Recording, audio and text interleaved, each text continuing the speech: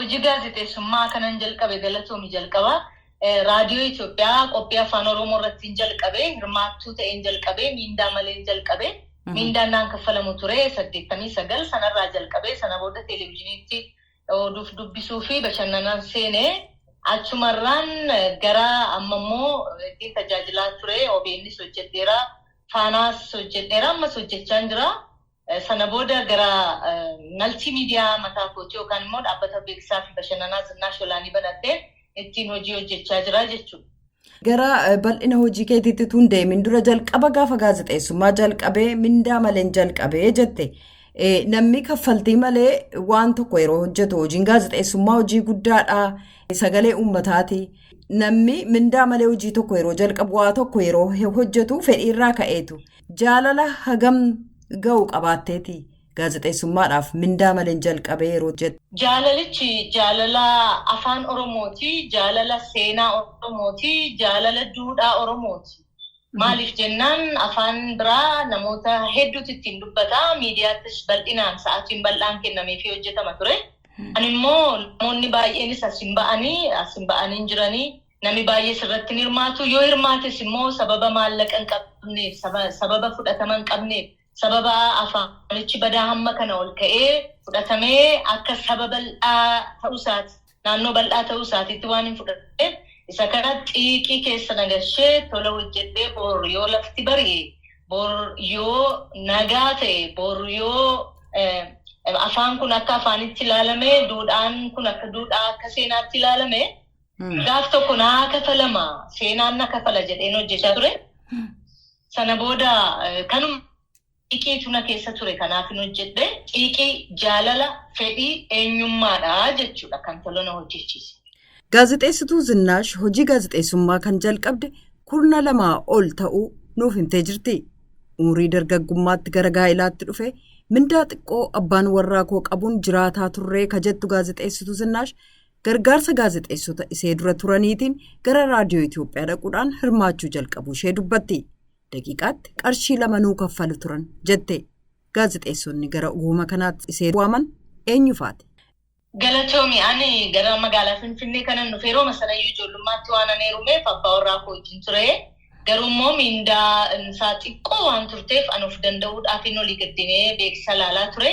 Kana keessatti Muluqan Tasfaayee jennaan mucaan amma DC jiru jira. Isatu nu bira diraamaan hin hojjetamaa walaloon jira. Bogirmaa jedhamu Fireewoot Faas Itoophiyaa bayyana Kaasaawwan Fayisaa Andu'aalam Gammadaa ijoolleen achi jiran jiruuti isaan sagantaa dhaabbataan hojjetu nuti immoo diraamaa hojjennaati kottu atoo dandeettii qabdaa jedhee na fuudhee deeme qophii gaaddisaa kan Andu'aalam irratti dargaggoota kan Fireewoot faa kan Kaasaawwan Fayisaa faa irratti dubartoota Hasanat faa irratti simbirtuu barii kan Raahel Girmaa fi Fireewoot Olumaa hojjetan irratti filannoo sirbaa kan Itoophiyaa bayyana faa hojjetan irratti poostaa faa tarsaasnee 10-20 kan yeroo sana dhufa afaan Oromoo baqaqsinee isa hojjedhee nan dardaree tanan isaaniif qopheessaa diraamaa nan hojjedhaa walaloo nan barreessaa Muluqan Tasfaayeetu karaa natti agarsiisee daandii natti agarsiisee gara sana seenee daqiiqaatti birrii 2 nuu kaffalu turanii yoo darbee tola boodammoo jechuudha sana keessanii daandii sana argadhee carraa sana argadhee afaan koos guddisee ofii koos waliin guddadhe jechuudha. Waggoota hedduudhaaf oguma kanatti cichitee innaa as geessu bu'aa bayii keessa dabartellee qabaachuu Zinnaash dubbatteetti. Kanatti hin daganne mudannoo addaa danqaan inni irraanfadhuu jettu maali jechuun illee gaafadheen hin ture. Tokko lama jedhamee lakkaa'amee waan numus miti. Egaa rakkinni yookaan immoo danqaan xinnoos guddaas hin qabu. Danqaan danqamadha.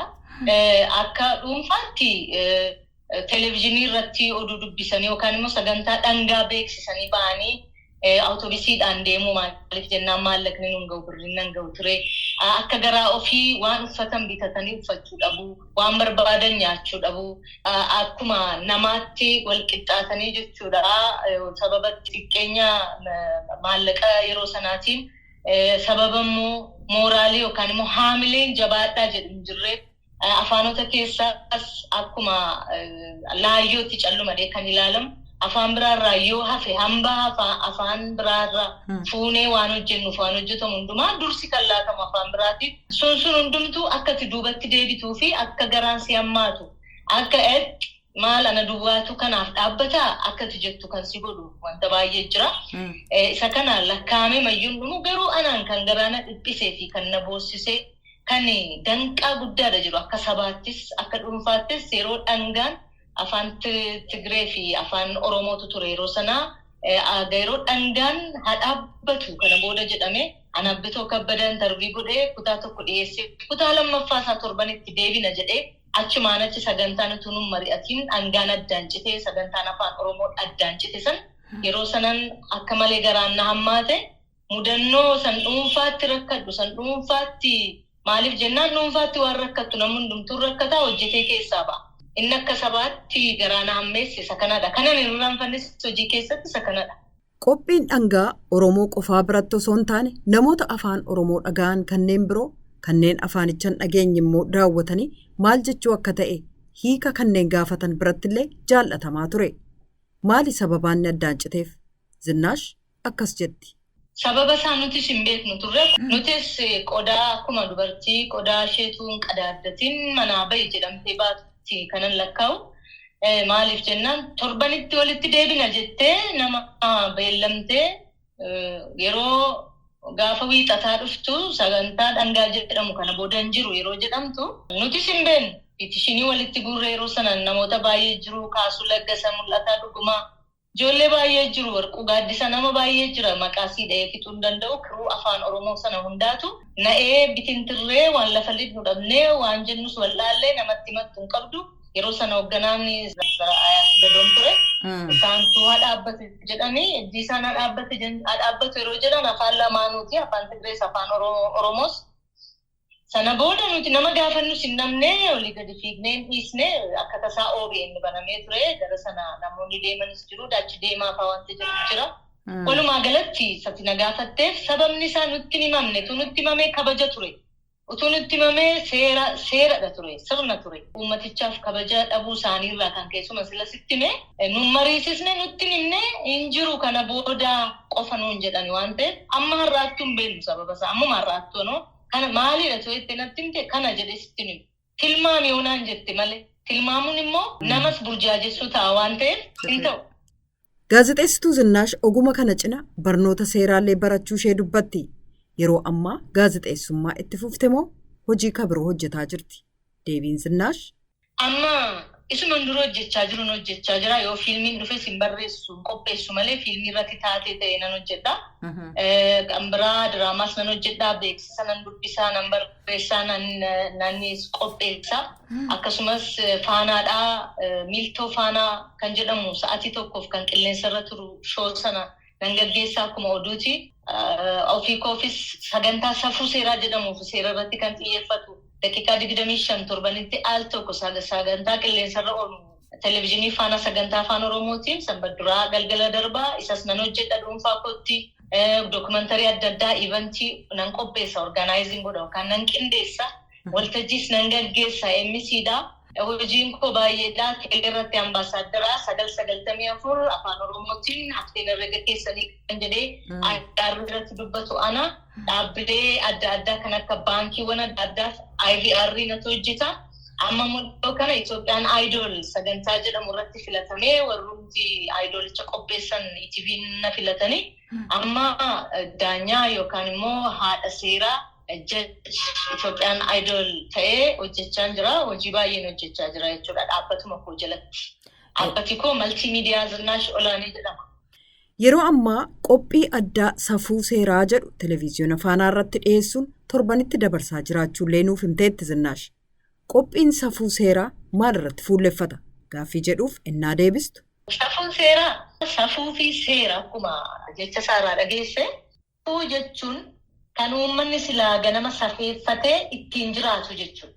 Safuu uummatichi duruu qaba. Safeeffatee kabajee safuudha kun. Maali kun safuun beeku jedhama. Safuun hawaasa keessa jira. Seerri immoo seera biyyi lafaa tumee jiru. Seera hariiroo hawaasaa, seera yakkaa, heera mootummaa, labsii dambii kanaa fi kan kana fakkaatan safuu keenya wajjin marji goonee safuu aadaa duudhaa Oromoo keessa jira. Kanaafuu duudhaa fi seera ammayyaa safuu fi seera ammayyaa wal simsiisne akkamittiin deemsisna isa jedhurraa ka'een kana moggaase isaanin hojjechaa jira. Maqaa kanaa keessumaa nama Miiltoo Kono wajjin hojjechaa ture. Asaayyee Baqqala jedhu kanaan dura kaameraamaanii OBN ture. Sabquunnamtii Oromiyaa yeroo inni ture. Isaa wajjin mari'annee baasne reediyoo irras ture, televezyiinii irras jira. Amma gaas daqiiqa 25 keessatti walaloo safuuf seera ilaallatu, diraamaa gabaabaa, keessummaa maal eenyuun isinii gaafannu kan jedhuu fi kan uummanni gaafatee irratti immoo ogeessi seeraa deebii kennu akkasumas yaada uummataa fi old court news addunyaarra oduu dhaddachaa ajaa'ibsiisoo ta'an boceen daqiiqa 25 keessatti kan hundumaa meegaaziin formaat godhe akka nama bashannansiisu. Seera yeroo jedhu namni sodaata. Seera yeroo jedhamu namni goggogaadha waan ta'eef akka entertain gochaa namni daawwatu gochuu fedheen kana qopheesse sagantaa baay'ee hawwataa fi namni baay'een jaallatu sagantaa odeensis qabudha. Anis baay'ee jaalladheen hojjedhaa kanan baradhee seera waan ta'eef seera sana eddiin baradhee xabaqaa ta'uu mannaa gorsaa seeraa ta'uu mannaa maaliifin uummata bal'aa kana barsiisu kanaan hubannoo ittiin himuu jedhee tanan haala kanaan hojjechaa jira. Akka gaazexeessituu dubartiitti immoo dhaloota si booddeedhaa dhufuun yookaanis dubartoota gaazexeessituu ta'uu barbaadanii fedha isaa qabanii kan immoo daangeffaman baay'een isaanii jiru. Maal jettaan mee ati ofii keetii muuxannoo keessa dabartirraa kaastee ergaa maalii qabdaaf? Ergaa ani qabu maaltu isaan daangesse? Wanti isaan daangessu sun isaanii ol ta'uu akka hin qabne itti hima. Wanti nama daangessu hedduu jira. Maatii jira. Heerumaan abbaan warraa jira. Ijoolleen jiru. Da'umsi jira. Hawaasni jira. Rakkinni jira. Maal jedheen ba'a? Maaliin deema? Maaliin dhufa? Maalan uffadha? Maalan jedha? Dandeettii qabaattee keessi kee xiiqii qabataana waan ganama silaa baateef galmaan ga'uuf wanti si daangessu hin jiru. Maaliif jennaan hunduma isaayyuu akka sa'aatti seeraan sirnaan hojjettee toora qabsiistee bakka barbaadde ga'uu waan dandeessu. Wanta ati immoo hin jiru. Dubartiin uumamuma isheetiin mala beekti. Mala sanaan kan biraa jaalala beekti. Jaalalaan qabdee malaan qabdee hunduma isaa sirreessitee iddoo qabsiistee bakka barbaadde sana ga'uu waan dandeessu. Shamarran yookaan dubartoota warra gaazexeessituu ta'uu barbaadanii ta'uu dandeessu. Hin dandeessu jedhee tanan itti hima. Bu'aa bayeeti keessa baate ilaaluu qabu, si gaafachuu qabu. Kottaa nu gaafadhaa akkamitti as geessan nuun jedhaa. Warra ta'u akkuma tammaan tarbiina gaafatte kana gaafiif deebii jala deemanii soqanii dhaggeeffachuu qabu. Maaliif jana hin onnatu kanaaf. Yoo dhibe immoo dhuunfaatti dhufanii akkamitti as geessidhanii nu haa gaafatan. Konkolaataa irratti dhalanne miti. Mana guddaa keessatti dhalanne miti. Waan gaarii uffannee miti kan dhalanne. Achii boodatti baane waan ta'eef akkamitti as geessan jedhanii nu haa gaafatanii gorsina itti finna. Kanaan achi daandii isaaniirra wanti dhaabbatu hin jiru. Cimina isaanii gaafata. Waaqayyo si gargaaree jennaan cimina kee wajjin wal sammuu waaqayyo sii kennee sammuu rabbi sii kennee itti fayyadamtee rabbiin kadhattee rabbiin of dura buustee yoo hojjette bakka barbaadde waan geessu. Shamarran dubartootaan jabaadhaa duubatti deebi'anaa wanti isin daangessu hin jiru. Isin cimtuudha. Dubartiin cimtuu deessi. Ofiifis cimtuudha. Cimtuus nama gooti. Cimtuus nama taasistii jechuun barbaada. Maaliif jennaan ministirati argitu. Ministira muummee jedhee eenyuunu jedhu. Manaa kan cimsitee baastu dubartii. Duuba isaanii dubartii jira. Bareedee yoo ba'e dubartii jira. Yoo cimaa ta'e dubartii jira. Kanaafuu dubartiin goota deessi, hayyuu deessi, ofiisheefis hayyuudha waan taateef isin nama laayyoo miti akka laayyootti of hin ilaalinaa. Ofii keessaniif yeroos ta'e iddoo vaaliyuu kennaan jedha jalqaba dura. Gaazexeessituu Zinaash Olaanii ibsa bal'aa nuu kenniteef maqaa hordoftoota keenyaa akkasumas maqaa sagalee Ameerikaan hedduu galatoomi. Galatoomi atis jibee yeroo gaarii.